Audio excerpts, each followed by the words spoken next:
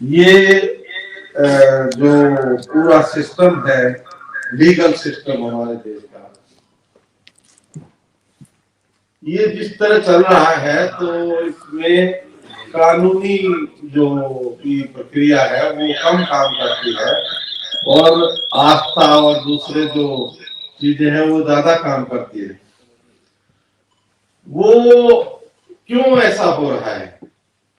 क्योंकि इसके लिए मैं किसी और आदमी को रिस्पॉन्सिबल नहीं मानता हूं, इसके लिए हम लोग ही रिस्पॉन्सिबल हैं। हमारे अपने साथी जो भी लीगल प्रैक्टिस में है, अगर आप देखेंगे तो यहाँ मुझे लगता है कि 4-5 लोग बार काउंसिल का रिप्रेजेंटेटिव होने चाहिए और यहाँ एक भी हम जिता नहीं पाते। जैसे हेमराज जी ने बताया कि आपको इकट्ठा होना चाहिए, लेकिन हम असल में कोई इकट्ठे नहीं है। और ज्यादातर क्या है कि कुछ हमारे ऐसे लोग हैं जो हर चुनाव में खड़े हो जाते हैं, मतलब पंचायत मेंबर से लेके राष्ट्रपति तक सब वो चुनाव लड़ने में इंटरेस्टेड है और उनका कोई सोशल कंट्रीब्यूशन नहीं है, ना वो सामाजिक तरह से सोचते हैं, ना उनकी अंडरस्टैंडिंग है। लेकिन हर चुनाव में अभी मुझे सुप्रीम कोर्ट से इनफॉर्मली जब हमें पता लगा कि भाई वो सीनियर डेजिग्नेट कर रहे, तो उसकी यूनिफॉर्म डिफरेंट होती है, तब उसको बनवाने के लिए गए। तो हमें जो मेट्रो स्टेशन पे एक आदमी मिला, नाम मैं नहीं बताऊंगा, लेकिन उसने कहा कि भाई साहब मैं चुनाव लड़ रहा हूं। मैंने कहा यार पिछले साल भी लड़े थे आप, तो आप हर बार क्यों लड़ते हो? आप जो आपको चॉइस में आता है उस आदमी को खड़ा करो, तब उसको जिताओ। अगर आप खुद ही लड़ते रहोगे तो अगले 10 साल भी आप जीतने वाले नहीं हो। बोला नहीं इस बार बड़ा होमवर्क किया है। तो ये जो मानसिकता है क्या है, उसको पता है वो नहीं जीत सकता, लेकिन वो चुनाव में जो आदमी अपना जो भी संदर्भ है उसको भी नहीं बदल पाया, वो आदमी भी ये समझता है कि मैं चुनाव जीत सकता हूं और चुनाव जीत के मैं कोई अपनी पोजीशन हासिल कर सकता हूं। तो ये जो सामाजिक सिस्टम है ये अलग तरह से काम करता है। मैं कुछ 1-2 केसेस की बात आपसे करूंगा, इसलिए नहीं कि वो केस मैंने किए, मैंने बहुत अच्छे किए, लेकिन उनका संदर्भ जो है वो शायद ज्यादा जरूरी है। जब पार्लियामेंट से एमपी निकाले गए 2005 में, तो पूना में अधिवेशन था वामसेप का और हम वहां पहुंचने वाले थे, मतलब वो कोई पिकअप करने के लिए भेजा हुआ था, वो आने वाला था। राजाराम पाल का फोन आया, तो वो कहता साहब ऐसे ऐसे आपसे बात करनी। मैंने कहा जी मैं तो 4 दिन बाद आऊंगा और 4 दिन के बाद मिलेंगे। कह रहे नहीं नहीं, खुलने पे तो पिटीशन डालनी है, आपको तो आज ही आना पड़ेगा। मैंने कहा नहीं मेरा जो सेशन है वो कल है, कल से पहले नहीं आ सकता, कल तो भाषण देके तभी मैं आऊंगा। तो अगले दिन जो है सेशन था उसको करके मैं फिर उन्होंने कहा, तो उस दिन रात को मैं वापिस आ गया। तो जो पूरा अगर सिस्टम आप देखेंगे, पार्लियामेंट से 11 एमपी निकाले गए और वो एमपी जो बड़े वकील थे यहाँ पे, जिनका रोज अखबार में नाम छपता है, ऐसे 8 वकीलों के पास गए और उन 8 वकीलों ने कहा कि इसमें नोटिस ही नहीं होगा, तुम्हारा जो एक्सपल्सन का केस है उसमें सुप्रीम कोर्ट नोटिस ही नहीं करेगा। तो वो राजाराम पाल भी उनके साथ ही रहता था, क्योंकि 11 लोग निकाले गए थे, सब ग्रुप में जाते थे। तो अल्टीमेटली वो एक हमारा साथी था, उसने कोई मीटिंग की थी, उसमें मैं भी गया था, तो ऐसे करके उसने आइडेंटिफाई किया। तो हमने उसको कहा कि साहब इसमें देखना पड़ेगा 3-4 दिन, तब हम आपको बताएंगे केस बनेगा कि नहीं बनेगा। तो उसने कहा साहब देखो। तो उसके बाद फिर उसने सेकंड सेशन में, मतलब आधे घंटे बाद जो है बात की। उसने कहा एक कौशिक वकील है उसके पास जाना है, आप चलो। मैंने कहा भाई मैं क्या करूंगा कौशिक के पास, आपको जाना है तो आप जाओ उसके पास। तो वो थोड़ी देर बातचीत करके वो चला गया उसके पास। जब वो चला गया तो तकरीबन 2 बजे थे मुझे लगता है, जब वो हमारे पास से गया तो 10 मिनट में पूछ गया होगा। वो 7 बजे के करीब दोबारा वापिस आ गया मेरे पास, और 7 बजे के करीब उसने मुझे 10,000 रुपए दिए कि नहीं नहीं वकील साहब आपसे करवाएंगे। तो मैंने कहा नहीं नहीं आप तो कौशिक के पास गए थे। कह रहे नहीं उसने कुछ नहीं बताया कि भाई कौशिक को एंगेज किया कि नहीं किया, कुछ मेरे से शेयर नहीं किया। और उसके बाद क्या हुआ कि 8-7 दिन हो गए, उसके बाद वो संडे का दिन था और वो आया। तो मैंने कहा कि भाई हमने एक पेज बनाया था, कोई single page question of law बनाए, एक पेज का ही था। तो वो उसको दिखाया तो उसने उसको फोन किया कि मैं फोन कर लूं, तो मैं कर लूं फोन। तो कौशिक को फोन किया कि कौशिक साहब जो आप बना रहे हो ना वो केस नहीं फाइल करेंगे, डॉक्टर साहब बना रहे हो उसको फाइल करेंगे। तो मैंने कहा भाई आपने कौशिक को एंगेज किया था तो फिर मेरे पास क्यों आए? तो उन्होंने कहा जी उसने तो उसी दिन दस्तखत करा लिए थे सब जगह और पूरी पिटीशन बना दी थी। मतलब जो हमारे वकील है उनको ये भी नहीं पता कि भाई एक लेबर को निकालने का जो केस है और एक एमपी को निकालने का केस है, उन दोनों में कोई अंतर होता है। और इस वजह से वो बाद में एक हमारा दोस्त था जो मैं अल्ताफ अहमद का जूनियर रहा, तो अल्ताफ अहमद के साथ भी जूनियर रहा वो उपमन्यु हजारिका। उसने कहा यार डॉक्टर तुमने सुप्रीम कोर्ट में केस डाल दिया, सुप्रीम कोर्ट डिसमिस कर देगा, हम कुछ पैसे भी नहीं कमा पाएंगे। तो मैंने कहा हजारिका यार केस आया मेरे पास, अब ये तो मैं डिसाइड करूंगा भाई केस कहाँ डालना है। मुझे लगा सुप्रीम कोर्ट डालना चाहिए तो सुप्रीम कोर्ट मैंने डाल दिया। कह रहा नहीं नहीं गलत किया है।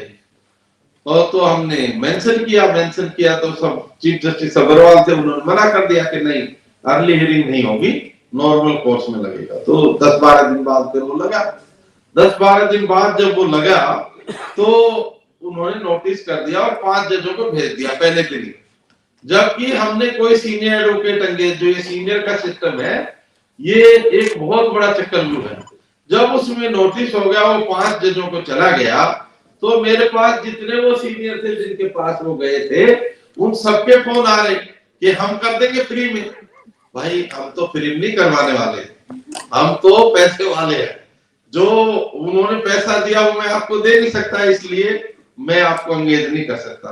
तो ये जो पूरी व्यवस्था है, ये पूरी व्यवस्था इसके ऊपर आधारित है कि अगर आप कोई पॉजिटिव काम कर देते हैं तो वो तुरंत उसको ग्रैब करना चाहते हैं और आप उसको समझते नहीं है। इसलिए बेसिक सिस्टम मैं समझता हूं कि जो सुप्रीम कोर्ट की प्रैक्टिस है इससे आसान कोई प्रैक्टिस नहीं है, क्योंकि जो गोहाना में नहीं चला जो वकील, जो सोनीपत में नहीं चला वो सुप्रीम कोर्ट में चल गया और हाई कोर्ट में भी नहीं चला, क्योंकि ये सीनियर का जो सिस्टम है इसमें कोई आपकी पूरी डिफेक्टिव पिटीशन है तब भी नोटिस हो जाएगा, वो उसकी शक्ल देखते हैं नोटिस कर देते हैं। ये एक सिस्टम है जिसकी वजह से पूरा, और आपकी बहुत अच्छी पिटीशन है तब भी आपकी डिसमिस हो जाएगी, कोई क्राइटेरिया नहीं है। इसलिए जो ये हमारे रमेश कुमार जी ने जो संदर्भ दिया है वो एक बहुत अच्छा संदर्भ है, लेकिन आज अगर हम इसको चेंज करना चाहें तो आज हम इसको चेंज नहीं कर सकते। इसको चेंज करने के लिए हमारे पास राजनीतिक ताकत होनी चाहिए। जब आप देखेंगे इमरजेंसी लगी तो सुप्रीम कोर्ट के जजेस के जो जजमेंट है वो सारे जजमेंट गवर्नमेंट के पक्ष में रहे, उन्होंने किसी ने स्टैंड नहीं किया। आज ये कोरोना वायरस चला तो आज भी वैसी दशा है, मुझे कोई अलग नहीं लगता। अदरवाइज कोरोना कोई ऐसी बड़ी बीमारी नहीं लगती है कि आप खड़े खड़े मर जाएंगे। अभी बहुत सारी ऐसी चीजें हैं जो होती है, और मुझे तो ये लगता है नॉर्मल फ्लू से भी माइल्ड फ्लू है, क्योंकि मैं जो है इस पूरे प्रिंसिपल को जैसे मैं देखता हूं इसमें कोई भी साइंटिफिक बेसिस नहीं है। अगर आप मास्क ज्यादा देर तक लगाएंगे तो आपकी ऑक्सीजन कम हो जाएगी। हमारे हीरे जी थे वो आए इधर मेरठ में 2 दिन तक डबल मास्क लगाए रहे, अब वो कितना टाइम हो गया कोमा में, मतलब 2-3 दिन बाद ही वो बीमार हो गए। और हमने उनको बहुत कहा था कि सर आप ये मास्क थोड़ा थोड़ा हटा लिया करो। ये जो है इन्होंने पूरा प्रोटोकॉल मारने के लिए लगता है बनाया है, जिंदा रखने के लिए नहीं बनाया, मुझे ऐसा लगता है। और जितनी साइंटिफिक नॉलेज हम साइंस से गैदर कर सकते हैं, उसके हिसाब से हमें ये समझना चाहिए कि इसका मतलब क्या है। दूसरा उन्होंने कहा सोशल डिस्टेंसिंग। भाई फिजिकल डिस्टेंसिंग तो समझ में आता है, लेकिन फिजिकल डिस्टेंसिंग या सोशल डिस्टेंसिंग जो है उसका पर्पज क्या है? उसका पर्पज ये है कि उसका कम्युनिकेशन नहीं होना चाहिए, आप में फैलना नहीं चाहिए। तो इतना सीरियस वो बीमारी नहीं है। अभी उन्होंने कहा तीसरी लहर आएगी, अब उन्होंने पूरा वो करके सब कुछ बंद कर दिया, संडे से सैटरडे को कर्फ्यू कर दिया। हम लोगों ने कल ये मीटिंग यहाँ की थी, कल भी तकरीबन 50 लोग यहाँ आए, और जो है उसके बावजूद उन्होंने कहा कि हमें तो आपका नाम पता लगा था इसलिए हम आए। तो मैंने कहा यार कल तो साफ वर्किंग डे, कल नहीं आ पाएंगे। तो ये जो हमारे जो लोग हैं उनका जो पूरा सिस्टम है कैसे काम करता है उसको हमें समझना चाहिए।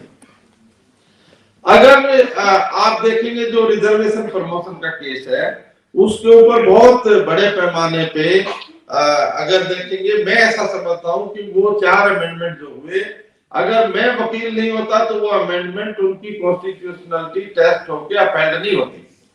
क्योंकि जो सुप्रीम कोर्ट में जो फैसला था इंटरनल जो उनका, ये इन्होंने हमें 6 वकील इधर वाले सुनने, 6 इधर वाले सुनने और जजमेंट दे देना। जजमेंट तो उसको कोई ऐसी करना था, अल्ट्रा वायलेंस डिक्लेयर करना था।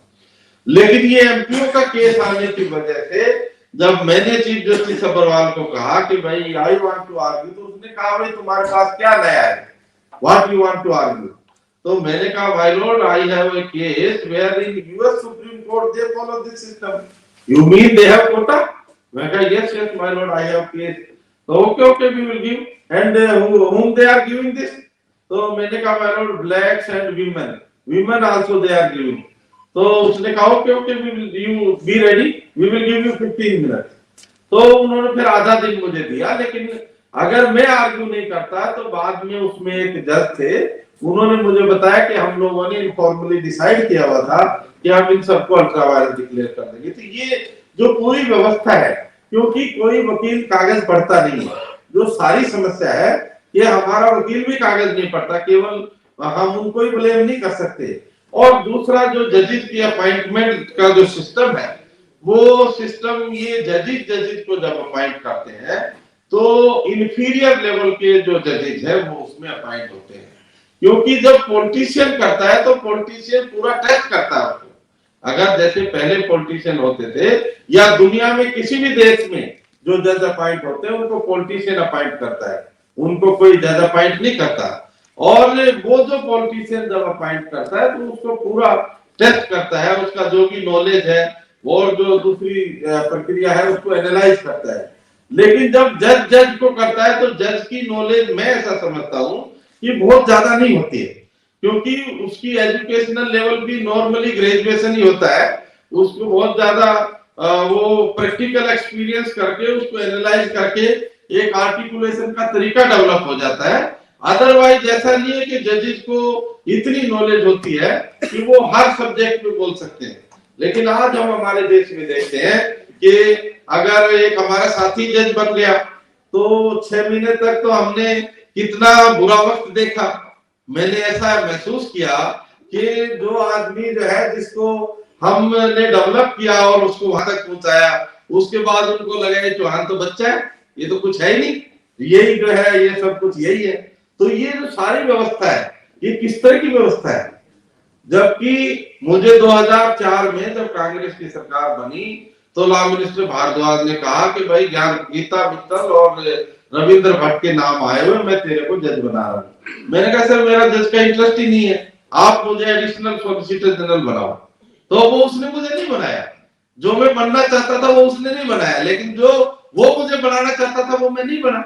तो इसका मतलब ये नहीं है कि मैं किसी भी पैरामीटर पे कभी भी मतलब ऐसा वो नहीं किया, लेकिन उसके बावजूद आज भी हम उसकी प्रोग्रेस में किसी चीज में कोई किसी तरह की रुकावट का मानसिकता नहीं रखते हैं। लेकिन जो पूरा सिस्टम है, सामाजिक सिस्टम क्या है, हमारे जो समाज के जो लोग हैं उनकी मानसिकता बहुत ही मतलब इंफीरियर किस्म की मैं मानता हूँ, क्योंकि उन्होंने कभी कुछ देखा नहीं। अगर मैं वो जो पॉलिटिशियन थे उनके इतना क्लोज नहीं रहता तो शायद मैं भी वैसा ही होता। लेकिन मैं देखता था भारद्वाज का, मैं बहुत ही ब्लू आइड बॉय था, जब मैं उसके पास जाता था तो उसके पीए के पास चीफ जस्टिस बैठा होता था। पहले जो वेट करते हैं तो वहां पीए के पास चीफ जस्टिस बैठा है, 2 चीफ जस्टिस बैठे हैं, और वो फिर वो कहता था नहीं चौहान को भेज दो पहले। जब मैं पहली बार उससे इन्फ्लुएंस हुआ तो लॉ सेक्रेटरी था पीसी राव। पीसी राव जो है वो बिल्कुल कुछ नहीं मानता था, ऐसा लॉ सेक्रेटरी था। तो मैं और पीसी राव दोनों साथ ही गए, मैं पैदल गया था, वो गाड़ी में गया था, सरकारी अफसर था। तो जब हम दोनों गए तो उसने कहा चौहान को भेज दो, पीसी राव को यहाँ बैठा दो। तो मैं गया, फिर थोड़ी देर 10-15 मिनट बात होके मैंने कहा सर चलता हूँ। बोला नहीं नहीं तू बैठ। फिर उसने गाय का दूध मंगवाया, गाय का दूध पिलाया, फिर कुछ और पिलाया, मतलब 2-3 बार। फिर मैंने उसको कहा कि सर वो आपका सेक्रेटरी बैठा है, कह रहा मैं उसका कुछ नहीं कर सकता, वो नरसिम्हा राव का आदमी है, उसको बाहर ही बता सकता हूँ, बाकी तुम अपना दूध भी बोल। तो जब मैंने वो चीजें देखी तो मुझे लगा जज का कोई वो नहीं है इतना ज्यादा, मतलब ऐसा जज कोई इंटीरियर नहीं, मैं बता रहा हूँ। लेकिन जो उनका काम है, उनका काम अलग तरह का काम है, और उसमें अगर इंटेलेक्चुअली आप साउंड नहीं है तो बहुत ज्यादा कंट्रीब्यूट नहीं कर सकते। ये केवल मतलब मैं उसको अपनी बड़ाई के लिए नहीं बता रहा हूँ। हमारे ज्यादातर लोगों की सोच यही है कि अगर कोई आदमी किसी भी पोजीशन में बन जाता है तो वो बहुत बड़ी चीज हो गया। ये सीनियर एडवोकेट क्या है, कुछ भी नहीं है। सीनियर एडवोकेट का काम 2006 के बाद हम जितने सीनियर एडवोकेट पैसे लेता उससे ज्यादा पैसे लेते। 50% काम फ्री करते वो अलग है, लेकिन जिसमें केस में पैसा लेते हैं तो सीनियर एडवोकेट से ज्यादा पैसे लेते हैं। और 2006 के बाद एक बार केवल मैंने जब किताब लिखी पार्लियामेंट की तो गोपाल सुब्रमण्यम से मैंने इंट्रोडक्शन लिया था, तो उसने मुझे एक केस दिया था। मैंने उसको जरूर एक बार एंगेज किया उसके बाद, क्योंकि उसका केस था, इसलिए उसमें उसको एंगेज करना ही था। अदरवाइज मैंने कभी किसी सीनियर को एंगेज नहीं किया। और अगर ये जो आप देखेंगे 2018-19 में जो सीनियर बने, 15 सीनियर ऐसे हैं जिनको ना नाम से हम जानते हैं ना शक्ल से हम जानते हैं। तो ये क्राइटेरिया एक अलग तरह है। और अगर इंदिरा जयसिंह थोड़ा इनिशिएटिव नहीं लेती तो मुझे लगता है हम लोग बन भी नहीं सकते थे, क्योंकि उसमें जब आपका आदमी था, जब बालकृष्ण साहब चीफ जस्टिस थे तो मेरे ब्रदर ने कहा मैं बात करूं, मैंने कहा आप उसको मेरे थ्रू जानते हो या मैं आपके थ्रू जानता हूं? मैं कहा जब उसको बात करनी होगी तो खुद मेरे से करेगा। लेकिन ये कोई मतलब उस समय हो सकता है 15 साल पहले बन जाता, लेकिन तब मेरा सोशल स्टेटस क्या होता? सोशल स्टेटस यही होता कि मैं बालकृष्ण ने बना दिया, किसी फार्मूले में बन गया। जब ठाकुर साहब थे सुप्रीम कोर्ट के चीफ जस्टिस, तो उनको भी मैं उनके फादर को उनको जानता था, अगर वो भी बनाते तो ये लगता भाई ये ठाकुर को जानते थे इसलिए बन गया। तो ये कोई क्राइटेरिया जो है, कोई भी पैरामीटर आपको ये एनालाइज करना है। मेरा बेटा कई बार कहता था कोविंद साहब को बोल दो चीफ जस्टिस को कहेंगे। मैंने कहा कोविंद साहब बेचारे खुद ही कुछ किसी का तो कोविंद साहब से कहा सीनियर बनाने के चक्कर में पड़ रहा है। तो ये कोई पूरा जो सिस्टम है इसको एनालाइज हमें करना चाहिए। वो कोविंद साहब पर्सनली बहुत अच्छे आदमी है, हमारे दोस्त है, वो अलग चीज है। लेकिन किसी भी पैरामीटर में जब आप काम करते हैं तो आपको ये देखना है कि आप क्या करना चाहते हैं। जब आप सिफारिश से भर्ती होते हैं तो आप कभी भी पूर्ण नहीं होते, मतलब आपको रहेगा मैं तो इस कारण से बन गया। जब भी जैसे नौकरी में किसी की सिफारिश करते हैं उसकी नौकरी लग जाती है तो वो आदमी हमेशा यही सोचता रहता है मैं तो इसकी वजह से लग गया, और वो साइकोलॉजिकली कभी भी उसमें कॉन्फिडेंस नहीं आता है। जब तो एमपीज का केस किया तो पीपी राव मेरे पास 3 बार आया। पीपी राव बड़ा वकील था सुप्रीम कोर्ट का, और उसने कहा मैं डॉक्टर फ्री में कर दूंगा। मैंने कहा सर आपके पास तो गए थे वो, आपने तो मना कर दिया था। अब वो मेरे क्लाइंट कह रहे कि भाई आपको नहीं एंगेज करना है।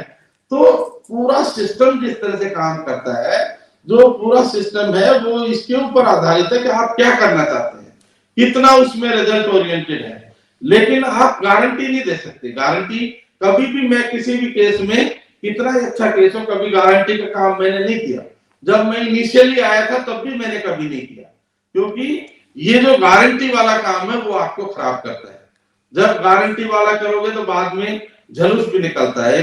एक मेरा जूनियर था जीत सिंह, वो जो है दलवीर भंडारी का जूनियर था। तो उसने कहा कि एक केस में उसने ऐसे गारंटी दे के पैसे ले लिए, तो बाद में उन्होंने उसको बहुत बेइज्जत किया और वो मेरे को भी ले गया। ऐसे बहुत सारी स्टोरी उसकी थी।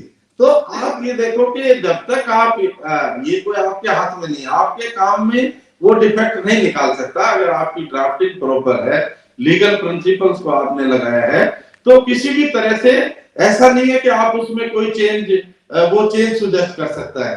एक हमने केस किया था हरियाणा का, उसका पिटीशन डिसमिस हो गया।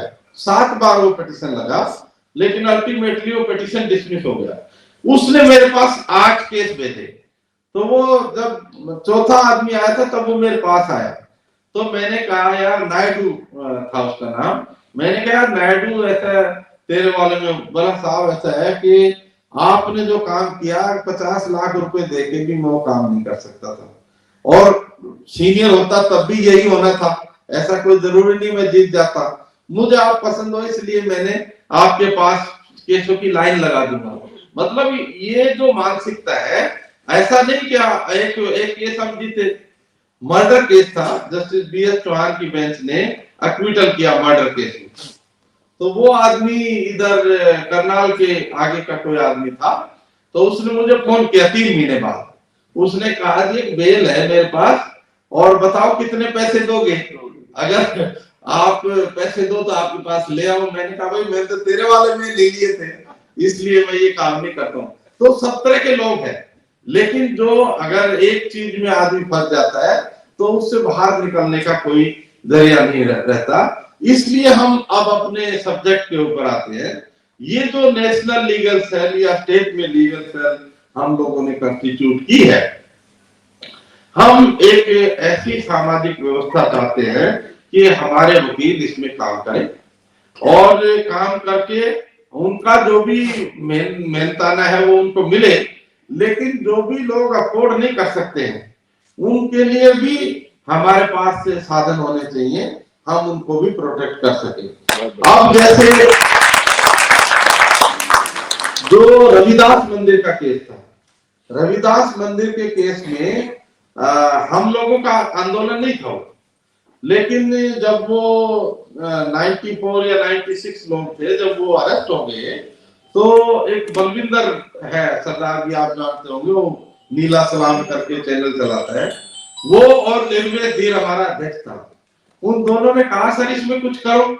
मैंने कहा यार हमारा आंदोलन नहीं, हमारा लेना नहीं देना नहीं, हम काम करके अपना सिर फंसा के क्या करेंगे इसमें, हम इस चक्कर में नहीं पड़ते हैं। तो लेकिन उन्होंने 2 घंटे तक रखा कि नहीं नहीं इसमें कुछ करना चाहिए। तो हम फाइनली एग्री हो गए, सुनील जी और दूसरे साथी लगा के उनसे वकालतनामे लिए। अब वकालतनामे तो ले लिए, वो 7-8 स्टेटों के लोग थे हिंदी बेल्ट के, लेकिन उनका कोई आदमी पैरोकार नहीं। तो हमारे अजीत ने सारे एफिडेविट दिए। हमने जब डिस्ट्रिक्ट जज के यहाँ केस डाले, सेशन जज के यहाँ, वो रिजेक्ट होगी बेल एप्लीकेशन। तो जो भीम आर्मी करके संस्था है, उन्होंने टारगेट रखा था कितने करोड़ इकट्ठे कर रहे थे भाई, काफी करोड़, हाँ, कि हम जो है इतने करोड़ रुपए इकट्ठे करेंगे। तो जब हमने कहा भाई हम फ्री कर रहे हैं, तो इसमें कोई, जब हम हार गए सेशन जज से, मतलब एंटीसिपेटरी बेल सेशन जज देता है, जब हम हार गए तो उन्होंने चलाया कि भाई ये तो हाई कोर्ट जा रहे थे, मरवा देंगे, खत्म। अब आप लोग वकील हो, अगर सेशन जज रिजेक्ट करेगा बेल तो हाई कोर्ट ही जाओगे, हाई कोर्ट रिजेक्ट करेगा तो सुप्रीम कोर्ट जाओगे। अब होगी नहीं होगी वो अलग मसला है। तो उसके बाद हाई कोर्ट में जब केस डाला तो उन्होंने काफी मतलब वो किया, लेकिन हाई कोर्ट से हम लोगों ने उनकी बेल कराई, और हर आदमी की बेल सुनील कुमार ने करवाई। तो ये हमारी लीगल सेल जो है, इसने अपने फॉर्म में आने से पहले भी बहुत काम किया है। और सुनील जी जाते थे, वो 11 बजे उसको छूटते हैं, 10 बजे के बाद उनका छूटने का नंबर आता है। पूरे दिन ये एक केस में उनके साथ रहते थे। मैंने कहा यार 2-4 की करा दी, अब तू रहने दे। कह रहा नहीं सर, इनका कोई आदमी नहीं है यहाँ, मतलब कोई मध्य प्रदेश का है, कोई पंजाब का है, कोई हरियाणा का, कोई यहाँ के लोग नहीं थे। और एक और सरप्राइजिंग चीज है, कोई भी आदमी अंडर ग्रेजुएट नहीं था, हर आदमी पोस्ट ग्रेजुएट था। किसी ने एमए कर रखी है, किसी ने एमएससी कर रखी, किसी ने एमटेक कर रखी है। मतलब पुलिस ने जिन लोगों को पकड़ा वो कोई भी ऐसा आदमी नहीं था कि वो आम आदमी हो, ऐसे ही पकड़ा गया हो। एक भी आदमी को स्पोर्ट से नहीं पकड़ा, किसी को मेट्रो स्टेशन से पकड़ा, किसी को रेलवे स्टेशन से पकड़ा। ऐसा नहीं जहां वो आंदोलन उनका था वहां पे पकड़ा हो, लेकिन उन्होंने जैसे जैसे लोगों से बातचीत करके जो जो आइडेंटिफाई किए उन लोगों को वहां पकड़ लिया। तो आप ये देखिए कि जो हमारा सामाजिक सिस्टम है, ये सामाजिक सिस्टम हम लोगों के ऊपर अलग तरह की जिम्मेवारी देता है। जब उत्तर प्रदेश में बहुजन समाज पार्टी की जो टीम थी उसने रिजर्वेशन प्रमोशन खत्म करवाया, और वो प्रोसेस जब चलता था तो एक आरपी जाटव नाम का चीफ इंजीनियर था, वो रेगुलर जब डेट लगती थी तो वो आता था, मेरे से चाय पी के जाता था हर बार।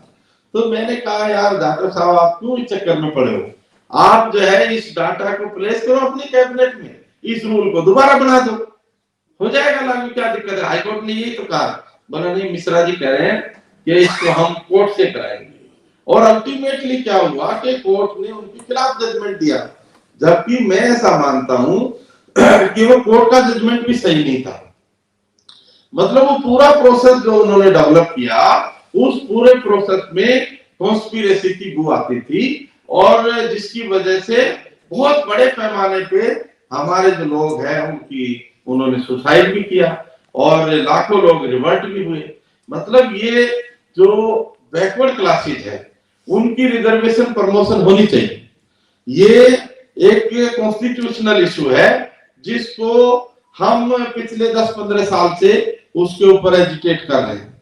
और मैं ऐसा मानता हूं कि बैकवर्ड क्लास का हायर पोजीशन में ऑलमोस्ट नेग्लिजिबल रिप्रेजेंटेशन है, कोई आदमी आपको हायर पोस्ट में नहीं मिलता है, तो उनके लिए रिजर्वेशन प्रमोशन क्यों नहीं होना चाहिए। लेकिन वो उत्तर प्रदेश में अखिलेश ने जो है इन जो शेड्यूल ट्राइब का जो रिजर्वेशन प्रमोशन था उसको भी बंद कर दिया। भाई जो तुम्हारा काम है, तुम पॉलिटिशियन हो, तुमने इतने बड़े सरकार स्टेट में सरकार बनाई है, तो आप बैकवर्ड क्लासेस को रिजर्वेशन प्रमोशन मिले उसके लिए काम करो। और अगर आप रिजर्वेशन प्रमोशन नहीं देंगे तो कोई भी आदमी हायर लेवल पे नहीं जाएगा, क्योंकि जब सिलेक्शन होता है, मान लो 1000 आदमी का सिलेक्शन हुआ और ये मानिए कि 15% शेड्यूल कास्ट है, 7.5% शेड्यूल ट्राइब है, 27% बैकवर्ड क्लास है, तो जो पहले वाले 1000 हैं तो पहले वाले 500 तो अलग हो गए, ये बाद में जो 500 आ रहे हैं इनमें सब ये लोग हैं, तो इनको कभी भी हायर पोस्ट नहीं मिलेगी, टॉप पोस्ट मिलने का तो सवाल ही पैदा नहीं होता। इसलिए जो रिजर्वेशन प्रमोशन है ये बहुत ही ज्यादा जरूरी है, और ये केवल हमारे देश में नहीं, जितने डेवलप्ड कंट्री है उन सब में ये रिजर्वेशन प्रमोशन की व्यवस्था है, केवल हमारे देश में नहीं है, सब देशों में है। लेकिन हमारा जो मीडिया है उसने इस तरह का माहौल बनाया जिसकी वजह से हमारे लोग भी ऐसा समझते हैं यार इससे अच्छा है खत्म ही हो जाना चाहिए। भाई खत्म तो करना बहुत आसान है, बट आप ऊपर कैसे जाओगे, क्योंकि एक आदमी हायर पोजीशन में तभी जाएगा जब वो किसी फार्मूले से ऊपर भेजा जा सकता है। डायरेक्ट रिक्रूटमेंट हायर लेवल पे होती नहीं है, जब डायरेक्ट रिक्रूटमेंट नहीं होती है तो प्रमोशन देने के लिए कोई क्राइटेरिया बनाया जाता है। उस क्राइटेरिया को अगर आप देखेंगे तो दूसरे जो केसेज है उनको भी हम एनालाइज करें, तो हम एक रेलवे का केस कर रहे हैं, तो जनरल मैनेजर का कंटेंडर है, अभी आज भी उसका कल केस लगना था, नहीं लग रहा, तो सुबह से वो 7-8 बार फोन कर चुका है।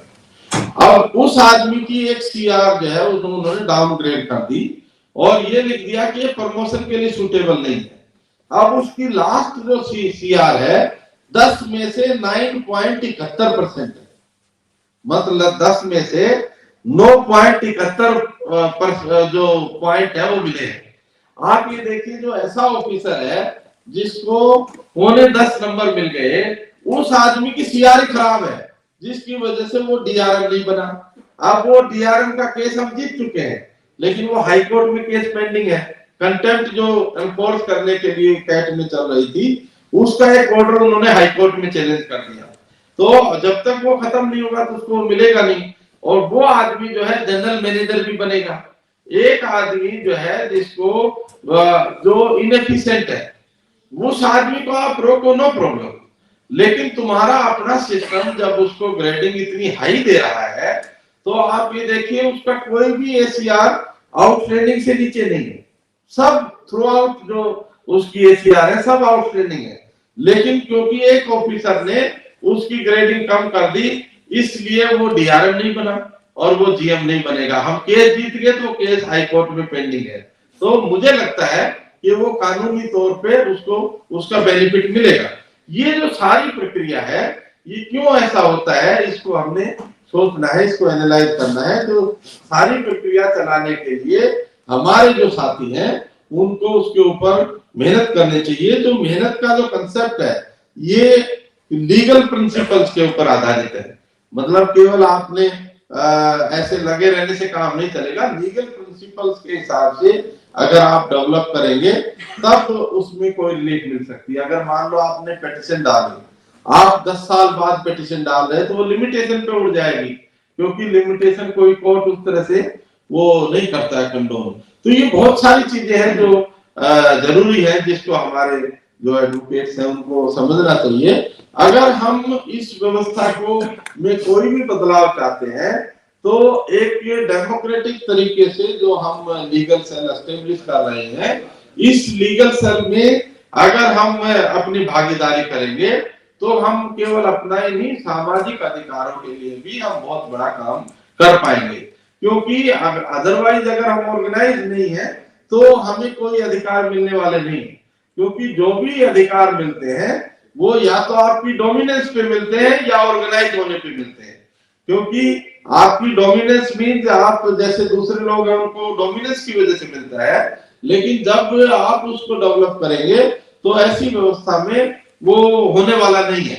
जब पूरी व्यवस्था आप चेंज कर पाएंगे वो तभी संभव है जब एक आप अंडरस्टैंडिंग डेवलप करके अपने लोगों को, अपने एडवोकेट्स को उसके लिए एजुकेट करेंगे। वो एडवोकेट जो है पब्लिक में जाएंगे, पब्लिक को वो कुछ एजुकेट करेंगे, तो पब्लिक में भी पॉलिटिकल मूवमेंट डेवलप होना चाहिए। क्योंकि हमारे ज्यादातर लोग ये समझते हैं कि राजनीति, जैसे पटेल साहब ने कहा, राजनीति बहुत बुरी चीज है। राजनीति अगर बुरी चीज है तो आपको यहाँ बैठने का अधिकार जो मिला वो राजनीति से ही मिला। क्योंकि बाबा साहब डॉक्टर अंबेडकर अगर ये अधिकार आपको नहीं दिलाते तो आप यहाँ बैठने के लायक नहीं थे, आपको कोई यहाँ बैठने नहीं देता। आज भी हम देखते हैं कि कोई भी व्यवस्था है उसमें अधिकार लेने के लिए आपके डिफरेंट डिफरेंट क्राइटेरियाज है। इसलिए हमने जो अपनी लीगल सेल है इसमें क्राइटेरिया रखे हैं। स्टेट और नेशनल जो बॉडी है उसमें 15 साल की प्रैक्टिस वाला जो एडवोकेट है वो प्रेसिडेंट हो सकता है, और 12 साल वाला वाइस प्रेसिडेंट हो सकता है, और बाकी जो पोस्ट है सेक्रेटरी 10 साल वाला हो सकता है, और बाकी जो पोस्ट है वो सब 7 साल प्रैक्टिस चाहिए उसमें आपको, चाहे सेंट्रल बॉडी में आप रहेंगे चाहे स्टेट बॉडी में रहेंगे। लेकिन जो डिस्ट्रिक्ट लेवल की जो है उसमें हमने 10 साल का क्राइटेरिया रखा प्रेसिडेंट के लिए, और बाकी पोस्ट एक दो पोस्ट में 5 साल 7 साल है। अदरवाइज आप प्रेस एडवोकेट को भी उसमें लगा सकते हैं। क्योंकि जो डिस्ट्रिक्ट लेवल पे जो शुरू में लोग प्रैक्टिस करते हैं तो उन लोगों को भी इसके साथ जुड़ना चाहिए। अगर हम ये ऑर्गेनाइज कर पाते हैं तो ये केवल हम ये केवल ख्वाब ही हम आपको नहीं दिखा रहे, हम पूरा जुडिशियल सिस्टम भी बदलने के काबिल होंगे। क्योंकि वो जुडिशियल सिस्टम कैसे बदलेगा, जब हम ऑर्गेनाइज होंगे तभी हमारा रिप्रेजेंटेशन होगा। क्योंकि हम लोग ऑर्गेनाइजेशन हमारा उस तरह से नहीं चलता है, इस वजह से हमें किसी चीज में भी रिप्रेजेंटेशन नहीं मिलता। अभी हमारे एसपी सिंह साहब की तबीयत खराब है आज, वो एसपी सिंह साहब 8 जिलों में जिला जज रहे और उसके बावजूद वो हाई कोर्ट नहीं गए। तकरीबन 8 साल उनको हाई कोर्ट जज रहना चाहिए था, लेकिन वो हाई कोर्ट नहीं भेजे गए। लांबा साहब को भी प्रीमेच्योर डिस्ट्रिक्ट जज में रिटायर कर दिया। तो जो लोग हाई कोर्ट जाने वाले होते हैं उनको इस तरह से वो रिटायर कर देते हैं, और जो वैसे रिटायर होने वाले होते हैं उनको रिटायर होने देते हैं, उनको कोई ज्यादा दिक्कत नहीं है। ये जो पूरी व्यवस्था है इसको अगर हमें बदलना है तो ये लीगल सेल को भी हमने अच्छे से सुदृढ़ तरीके से खड़ा करना है, और ये लीगल सेल वालों को पार्टी के लिए भी काम करना है। पार्टी के लिए ऐसा नहीं धरना प्रदर्शन में हम आपको पार्टिसिपेट करने के लिए बुला रहे हैं। जो लोग आते हैं उनको एजुकेट करना चाहिए, आपके अधिकार कैसे मिलेंगे, अधिकार मिलने के लिए डेमोक्रेटिक तरीके से आपको क्या क्या एक्टिविटीज करनी चाहिए। और वो जो अगर लोग ऑर्गेनाइज होंगे तो एक डेमोक्रेटिक सिस्टम से जो पार्टी हम चला रहे हैं, जो उसको आगे खड़ा करने की कोशिश कर रहे हैं, वो पार्टी बहुत बड़े पैमाने पे चेंज लेके आने वाली है। मैं आपकी जानकारी के लिए, क्योंकि ज्यादातर लोग ऐसे हैं जो पार्टी से जुड़े हुए नहीं है, अभी हम लोगों ने एक डिस्कशन किया था। डिस्कशन ये था कि प्रेसिडेंट और सेक्रेटरी का फोटो लगना चाहिए बैनर पे और उसके ऊपर। तो मैं इस मत का था कि फोटो लगना चाहिए, लेकिन हमारे जो नेशनल एग्जीक्यूटिव कमेटी में मेजोरिटी ने ये कहा कि नहीं लगना चाहिए। तो आप ये देखिए कि जो डिसीजन मेकिंग है, मतलब कैंडिडेट का फोटो लगेगा। अब आप देख रहे हैं जो पार्टियों के कैंडिडेट है जो चुन के गए वो दूसरी पार्टी में जा रहे हैं, प्रेसिडेंट सेक्रेटरी के कम जाने का चांस है। लेकिन उन्होंने ये डिसाइड किया कि नहीं, प्रेसिडेंट का नहीं लग सकता, सेक्रेटरी का फोटो नहीं लग सकता।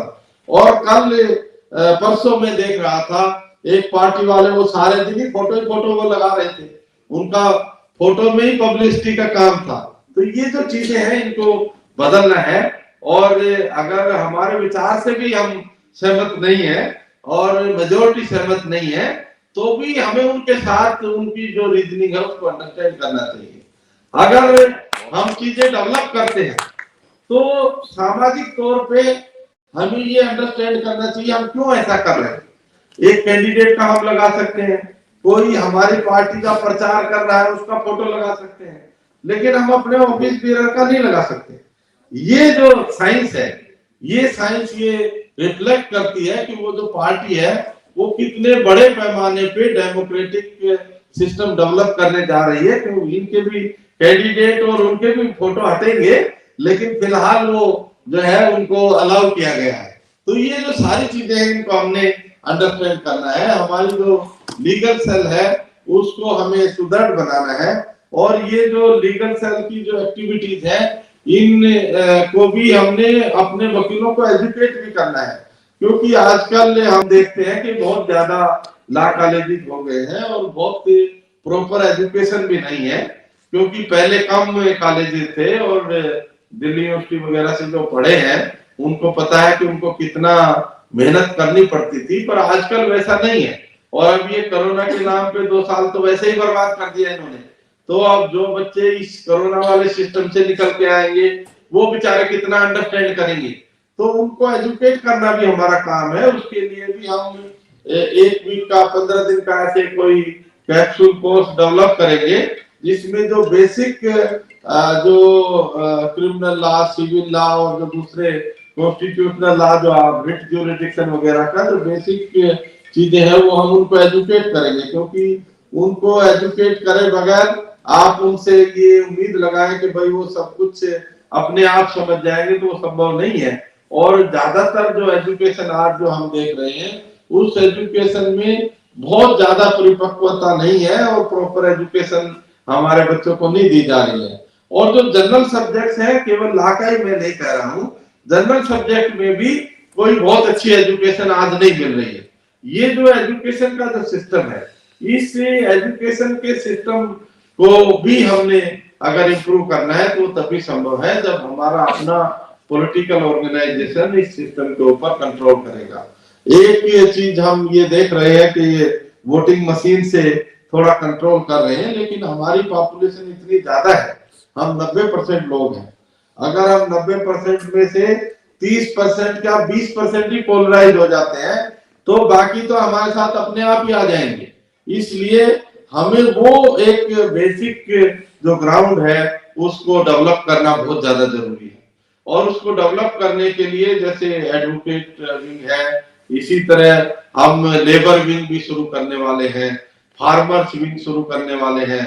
तो ये डिफरेंट विंग्स है, तो वो अपने अपने एरिया में काम करके उसको डेवलप करके उन लोगों को उसके साथ जोड़ेंगे। क्योंकि आज हम देख रहे हैं जैसे फार्मर्स का आंदोलन था, फार्मर्स के आंदोलन में अगर आप देखेंगे तो उन्होंने कॉन्स्टिट्यूशनल मेथड्स को अडॉप्ट नहीं किया। वो आंदोलन एक अलग बात है, आंदोलन वो चलता रहा उनका, लेकिन बाबा साहब डॉक्टर अंबेडकर ने ये कहा था कि भाई आंदोलनों से रूल ऑफ लॉ एस्टेब्लिश नहीं हो सकता। आंदोलनों में क्या है कि अगर मान लो आपसे मैं डिसएग्री करता हूं तो मैं आंदोलन कर देता हूं। जैसे महात्मा गांधी ने जो हमारे राइट्स लिए वो एक आंदोलन के जरिए लिए। वो एक आदमी था, उसके मरने की वजह से उनको लगता था कि पूरे देश में चेंज आएगा, और जिस वजह से उन्होंने समझौता किया। तो ये आंदोलन की जो प्रवृत्ति है, इसकी बजाय हमें वोट का आंदोलन करना चाहिए। हमें अपने लोगों को एजुकेट करना चाहिए ताकि वो वोटिंग सिस्टम में उसको चेंज करें, और वोटिंग सिस्टम में हम उस पार्टी के साथ रहें जो डेमोक्रेटिक प्रिंसिपल्स के साथ खड़ी है। ये अलग बात है कि हमारे बहुत सारे साथी ये भी समझते हैं, कई लोग कहते भी हैं अभी आपको बहुत साल लगेंगे। अगर वो बहुत साल भी लगेंगे हम उसके लिए भी तैयार है, क्योंकि ऐसे जो एक दिन में अगर हम जीत के आ जाएंगे तो भी हम अपना कुछ एस्टेब्लिश नहीं कर पाएंगे। इसको पूरे सिस्टम को अगर रिस्ट्रक्चर करना है वो तब तक संभव नहीं है जब हम अपने आइडिया के साथ इस सिस्टम को डेवलप करने में कामयाब होंगे। ये जो आइडियाज है जो हमारे समाज में आज हम देख रहे हैं, क्योंकि ये भटकना बहुत आसान है, कोई भी भटक सकता है, क्योंकि वो सबसे आसान तरीका है। अगर जैसे आपके पास केस आता है, आपके पास दो ऑप्शन है, एक तो आप खुद काम करने लग जाओ, एक आप उसको किसी को दे दो, आप तू ड्राफ्ट कर दे। पहले जब हम आए थे प्रैक्टिस में तो 500 रुपए में लोग ड्राफ्ट करते थे, तो वो कहते थे 500 रुपए इसको दे दो ये ड्राफ्ट करेगा। तो ऐसे लोग भी होते थे। लेकिन अगर आप खुद करेंगे तो आप वकील हो जाएंगे। जब आप उस फार्मूले में डेवलप हो जाएंगे तो आप कभी भी कुछ भी समझ नहीं पाएंगे। जब मैं शुरू में डिस्ट्रिक्ट कोर्ट है इधर 30,000 उसमें वकील था, तो मेरे पास सेंट्रल एडमिनिस्ट्रेटिव ट्रिब्यूनल का एक केस आ गया। तो एक गुप्ता टाइपिस्ट था, वो जो है उसको मैंने कहा यार ये टाइप करना है। उसने कहा साहब 4 बजे करेंगे। 4 बजे से 6 बजे, और उसने कहा नहीं आज तो मौका नहीं लगेगा। आज 3-4 दिन उसने ऐसे लगा दिए। तो फिर मैंने उसको कहा यार अगर तू नहीं करना चाहता तो ये बता दे। बोला साहब मैंने तो आपको कल कहा था, आप मेरे को ये दे दो और बता दो क्या लिखना है, वही लिख लाऊंगा मैं, आप जो लिखाओगे उससे बढ़िया लिखूंगा। तो मैंने कहा भाई ऐसा है कि तू तो लिख लाएगा, पर ये तो रोज तू यही काम करता है, पर मैं तो लिखवाऊंगा तेरे को, चाहे गलत हो चाहे ठीक हो। तो उसके बाद उसने कहा जी संडे के दिन करेंगे आपका। तो मतलब ये ऐसा जो सिस्टम है, इसको डेवलप करने के लिए, इसको चेंज करने के लिए आपको स्ट्रगल करना पड़ेगा। अगर हम उस समय मेहनत नहीं करते तो शायद बाद में भी नहीं कर पाते, क्योंकि फिर वो ट्रेंड हो जाता। आप बहुत सारे ऐसे लोग हैं, मैं ऐसा देखता हूं कि बहुत बड़े अफसर रहे होते हैं लेकिन उनको नोटिंग ड्राफ्टिंग नहीं आती है। बहुत अच्छे वकील होते हैं, उनको कुछ भी ड्राफ्ट करना नहीं आता है। मतलब बहुत सीनियर वकील है, 30 साल से प्रैक्टिस कर रहा है, 25 साल से कर रहा है, लेकिन उसको आता नहीं कुछ भी। जब उसको काम का शुरू में अगर वो काम नहीं करेगा तो बाद में कोई काम आप सीख नहीं सकते, क्योंकि जो टाइम है सीखने का वो शुरुआती दौर में होता है। जब शुरुआती दौर में आप काम करेंगे तभी आप उसको आगे बढ़ा सकेंगे। तो ये जो पूरी व्यवस्था है, हम ऐसा समझते हैं कि समाज में डेमोक्रेटिक राइट जो आज हमारे संविधान में दिए, एसोसिएशन का अधिकार है, बोलने का अधिकार है, सेटल होने का अधिकार है, ट्रेवल करने का अधिकार है। आज अगर कोरोना में देखेंगे तो ये सारे अधिकार आपके खत्म हो गए। आज हमने ये मीटिंग जो है प्लान किया था, हम ज्यादा लोग चाहते थे, लेकिन हमें 50 लोगों की परमिशन दी। 50 लोगों की जब परमिशन दी, वो भी इसलिए दी कि भाई वकील का फंक्शन है इसलिए, नहीं तो 50 की भी नहीं 20 की मिलती है। तो मैंने कहा यार हमारा तो हाल बहुत बड़ा है। तो उसके बावजूद आप ये देखिए पूरा जो सिस्टम है किस तरह से चल रहा है। अगर इसको आपने डेवलप करना है तो इसको डेवलप करने के लिए आपको लीगल प्रिंसिपल्स डेवलप करने पड़ेंगे। लीगल प्रिंसिपल डेवलप करने के लिए आपको लीगल प्रिंसिपल आने भी चाहिए। जब तक आपको लीगल प्रिंसिपल नहीं आएंगे, और शुरू के दौर में पर्टिकुलरली मैं ऐसा मानता हूं किसी को भी कोई शर्म नहीं होनी चाहिए। आपको आपस में जो भी थोड़ा बड़ा है, जो भी समझदार है, उससे बात करके अपना काम करना चाहिए ताकि आपको वो काम आ जाए। जब वो काम आ जाएगा तो बाद में कोई दिक्कत नहीं होगी। लेकिन शुरू में अगर आप डरेंगे, सोचेंगे यार रंगारी साहब से पूछा तो इनको पता लग जाएगा, मेरे को नहीं आता है, तो वो नहीं चलेगा। वो आपको शुरू में ही जब हिचक आपकी खत्म होगी तभी आप उसमें चेंज ला पाएंगे। तो ये जो सारी व्यवस्था है, वकीलों को अगर रूल ऑफ लॉ क्या होता है कि भाई कानून के हिसाब का राज होना चाहिए, लेकिन आज हम देखते हैं कि कोई भी कानून के हिसाब से चीज नहीं चलती है। अगर आपको मूवमेंट करना है तो कितनी रिस्ट्रिक्शन है। अभी उन्होंने सैटरडे संडे में कर्फ्यू लगा दिया, और ये बीमारी कोई इतनी बड़ी बीमारी मुझे तो नहीं लगती, मेरे से ज्यादा हमारी पार्टी में भी शायद कोई ट्रेवल नहीं किया हर सैटरडे संडे में। केवल नवंबर में मैं नहीं गया, नहीं तो हर सैटरडे संडे में मैं बाहर गया, और मुझे तो कहीं ये बीमारी दिखाई नहीं पड़ी। हम जयपुर में गए, तीसरी बार जब गए तो एक मुरारी लाल जहांगीर है हमारे मित्र, उन्होंने कहा कि हम पिछली बार भी आना चाहते थे साहब, पर ये डर लग रहा कोरोना से। तो फिर हमने सोचा जब डॉक्टर साहब दिल्ली से आ रहे हैं तो देखी जाएगी जो होगा, तो वो आ गए, उसके बाद वो रेगुलर हर मीटिंग में आने लगे। तो ये जो डर है, इनका काम डर पैदा करना है, क्योंकि उनके पास लोग नहीं है, इसलिए वो आपका सामाजिक संगठन डेवलप नहीं होने देना चाहते, और आप संगठित होंगे तो ही आप अधिकार ले पाएंगे। ये चीजें हमें देखनी है, और जब आप संगठित होंगे तभी आपको अधिकार मिलेंगे, तभी रूल ऑफ लॉ एस्टेब्लिश होगा। मुझे लगता है कि हमें इस पूरे प्रोसेस को ये समझ के देखना है कि जो सारी व्यवस्था है, उस सारी व्यवस्था में जो भी हम करना चाहते हैं तो हम मेजोरिटी का भला कैसे कर सकें, क्योंकि हम सर्वजन के कंसेप्ट को मानने वाले नहीं है। हम जो है, जो बेसिक प्रिंसिपल है, जो बुद्धा ने दिया, बाबा साहब ने दिया, ज्योतिराव फुले ने दिया, कि मेजोरिटी का भला होना चाहिए। जब सबका भला होता है तो उसमें भी एक काउंटर है, सबका भला होता है मतलब ऊपर ऊपर वालों का भला होगा। जब मेजोरिटी का भला करोगे तो हो सकता है आप तक भी कुछ उसका फायदा है। इसलिए सबका भला और मेजोरिटी का भला, उसका डिस्टिंक्शन भी हमें समझना चाहिए, और बहुत बड़े पैमाने पे समाज में काम करने की जरूरत है। मुझे लगता है कि बहुत सारे ऐसे हमारे साथी हैं जो बहुत अलग अलग तरीके से सोचते हैं, उनको एक संगठित विचार के तहत समाज में काम करना चाहिए, ताकि हम सामाजिक अधिकारों को प्रोटेक्ट करने में कामयाब हो। अधिकार तो संविधान में दिए हैं, लेकिन वो अधिकार हमें मिल नहीं रहे, और हम उन अधिकारों को लेने के लिए अपने आप को काबिल नहीं सोच रहे। जो बहुत बड़े पैमाने पे हम हमारे में जो चेंज आ सकता है, वो तभी आ सकता है जब कानून का राज एस्टेब्लिश होगा। आज हम देखते हैं कि हमारे अपने लोग ऐसा समझते हैं कि कानून का राज जो है एस्टेब्लिश नहीं हो सकता, जबकि उनको तो कुछ भी मिलेगा तो तभी मिलेगा जब वो रूल ऑफ लॉ एस्टेब्लिश होगा, जब आपके डेमोक्रेटिक राइट आपको मिलेंगे। डेमोक्रेटिक राइट लेने के लिए आपको डेमोक्रेटिक विचार भी रखना चाहिए। डेमोक्रेटिक विचार का मतलब, मैं अगर गलत कर रहा हूं तो मुझे क्रिटिसाइज करने का भी आपको अधिकार होना चाहिए, और आप में ताकत होनी चाहिए। क्योंकि ये नहीं कि भाई उसने बोल दिया तो अब मैं क्या करता यार, मुझे तो समर्थन ही करना था। ऐसा सिस्टम हम नहीं डेवलप करना चाहते। इसलिए पूरा सामाजिक सिस्टम जो है उसको एक डेमोक्रेटिक तरीके से उसमें एक विचार पैदा करें, ताकि वो विचार से ही हम अपने समाज की तरक्की कर सकते हैं।